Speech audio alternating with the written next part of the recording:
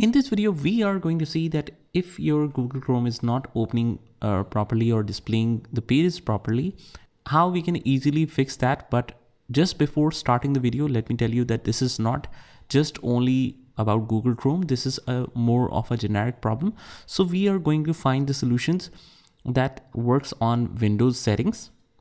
If it is specifically happening in Google Chrome, what I recommend you to do, just go to control panel and just remove that and reinstall it.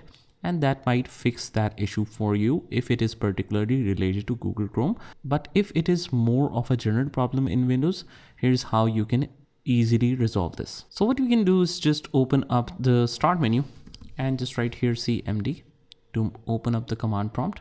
It will show this in the best match. Just right click here, run as administrator.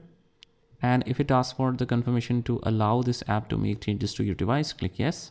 And let me just zoom it a little bit so that you can see all the commands clearly.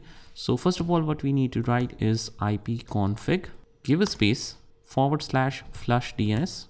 Now flush DNS should be one word without any space, and hit enter. It will show you this successfully flushed the DNS resolver cache. And after that, what we need to write is net sh space winsock, like this, space reset. Make sure all the spellings are correct. Hit enter and it will again show you this successfully reset the winsock catalog. You must restart the computer in order to complete the reset.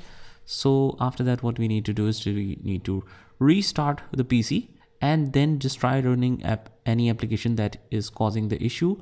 If it is a browser, if it is Google Chrome or some other browser, or maybe some other application that's causing the problem.